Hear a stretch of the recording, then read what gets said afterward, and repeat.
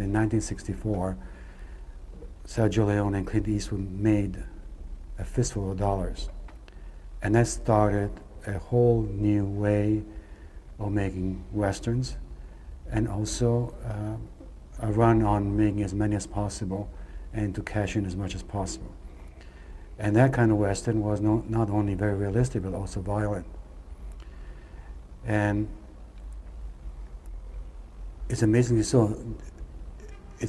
to know that in Italy, in those years from 65, 66, 67, 68, there was a huge production of movies, and in a couple of years they produced 300 Westerns per year.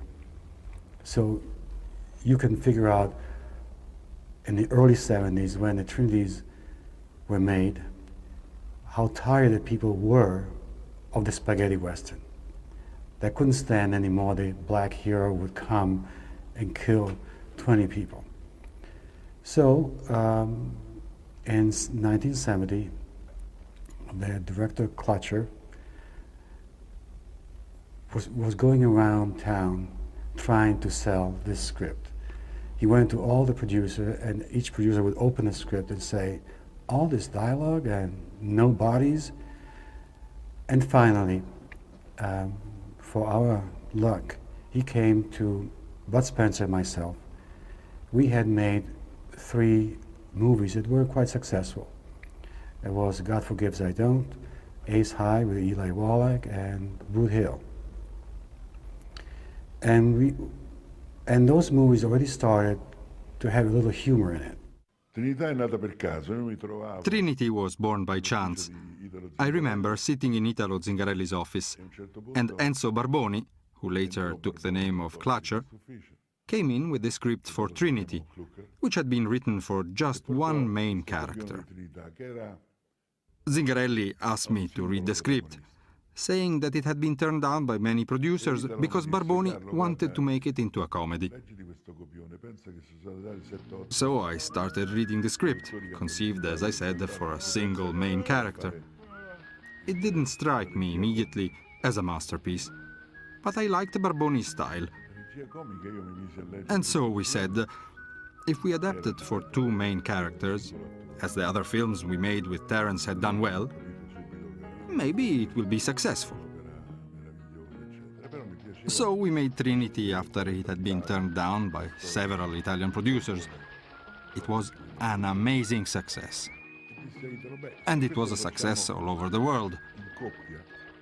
And Trinity Is Still My Name was even more successful. They marked the beginning of the comedy Western style.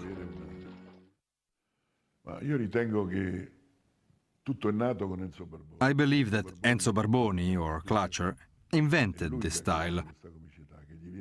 He's from Rome, and I would say that this humor is almost ancient and theatrical. And it is mainly physical and also visual.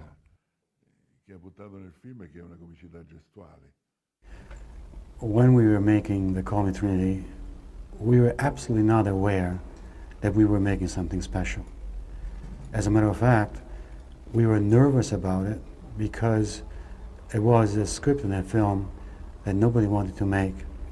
And the writer, who it was his first time as a director, he was actually a director of photography.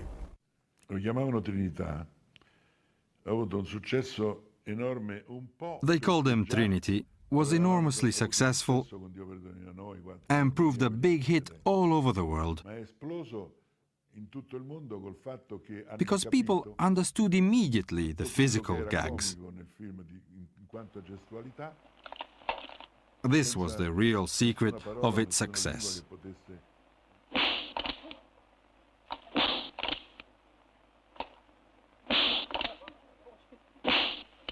Cut it out.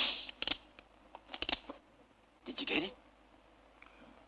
We were lucky that we came out at the right time when people were very tired of the killings and liked Trinity and Bambino face the bad guys in black, but with humor, and instead of killing them, they would punch them or slap them, and make them ridiculous. That's what it was. We made them ridiculous at the right time. Infatti Mel Brooks ci ha copiato anni dopo. Mel Brooks, in fact, copied us years later with Blazing Saddles, with the Black Sheriff and the Gucci horse saddle. E da lì è iniziato And from tutta una these serie Trinity di movies, comici sia the comedy moderni western was che born. western, che ripeto hanno determinato nello stile western. Bud Spencer and myself had made a movie, Hannibal, and we were in different scenes, so even we never had a chance to meet. So years later, I like to believe that this was a good chance, and it was meant to be. It happened this way.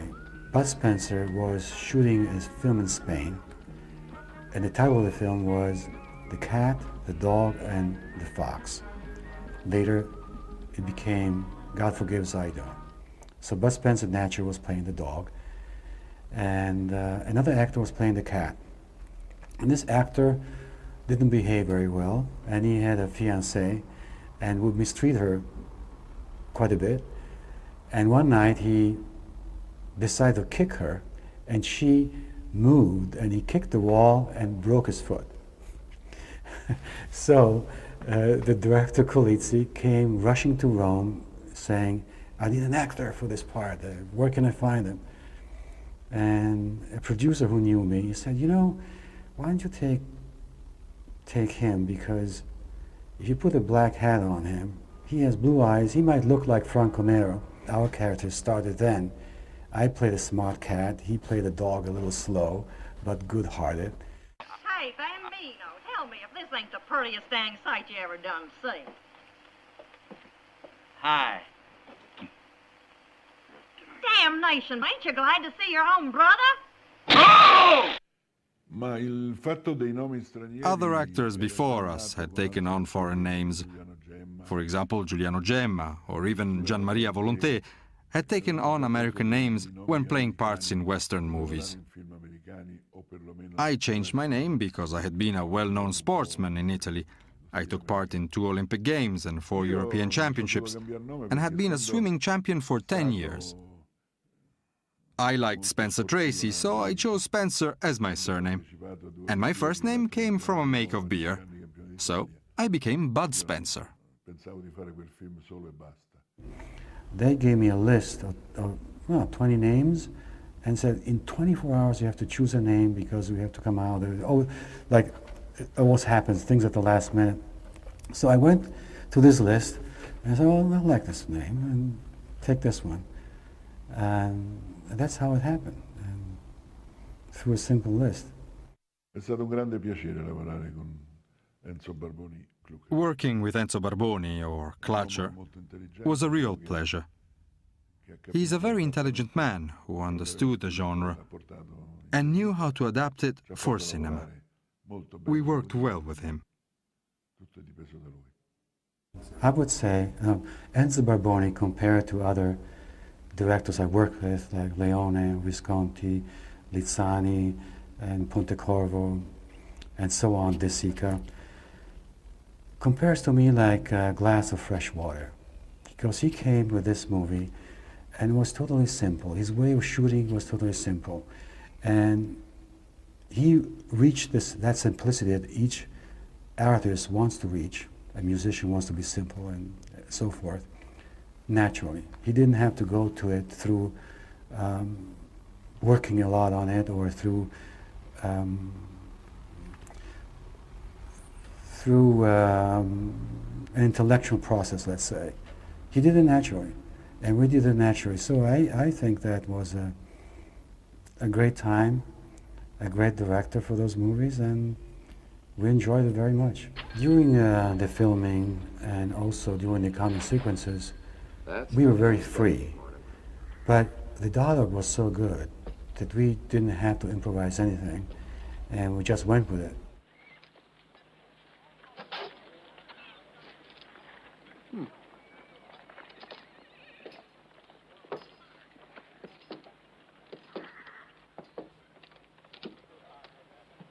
Can I help you with something, Deputy?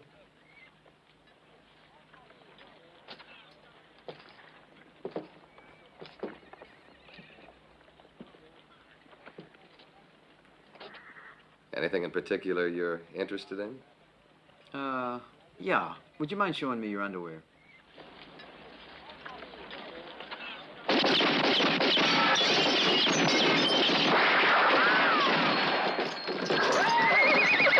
about the horses? There's no time! He said 10 seconds! But I would say the physical action, that we put our input, because as you know, Bud Spencer was a very good swimmer and he did 2 Olympics. And I was a good gymnastic. And so we enjoyed doing this, and if you would, for example, ask yourself, how did that famous Bud Spencer punch from up down came about? And that came about when we were doing God Forgives, I Don't. Hey, let me go. Let go.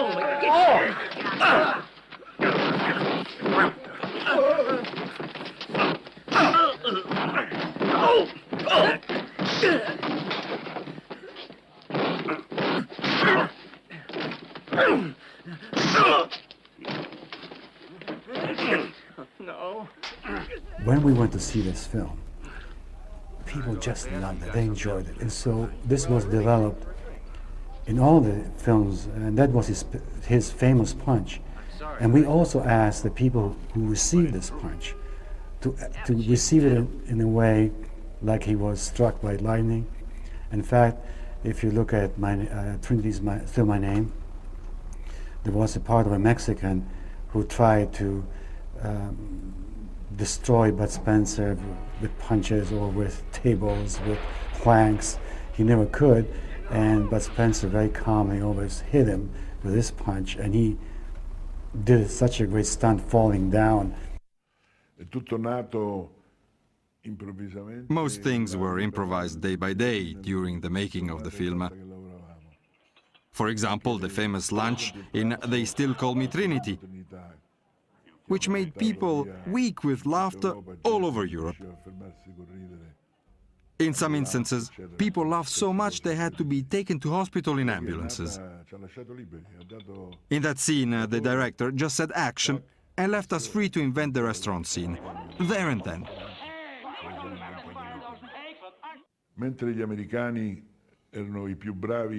American stuntmen were extremely good at car chases, and the Spaniards excellent with horses. The Italians were the best at fight scenes. I personally used to box and play rugby, and this really helped me a lot.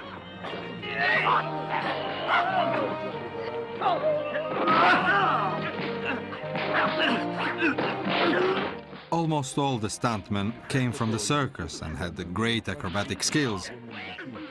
They were truly fantastic. Throwing punches isn't difficult. What is difficult is to make contact with the right speed and timing. And that will allow the public to enjoy the action to the full.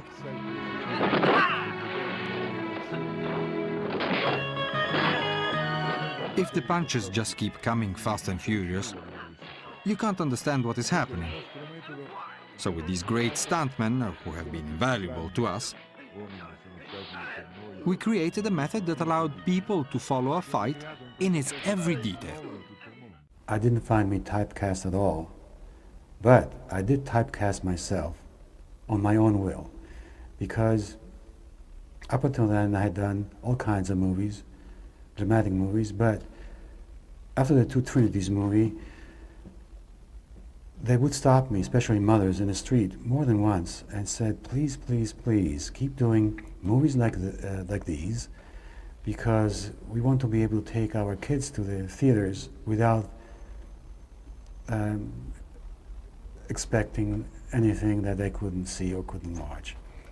So this gave me the responsibility of keeping on doing movies that were for all audiences. So in that sense, I typecasted myself. The important thing is that Starting with Trinity, and in all our films, there is cartoon violence. There are lots of punches, but never any real violence. There is never blood, and nobody ever dies. Even after gunfights, no one dies.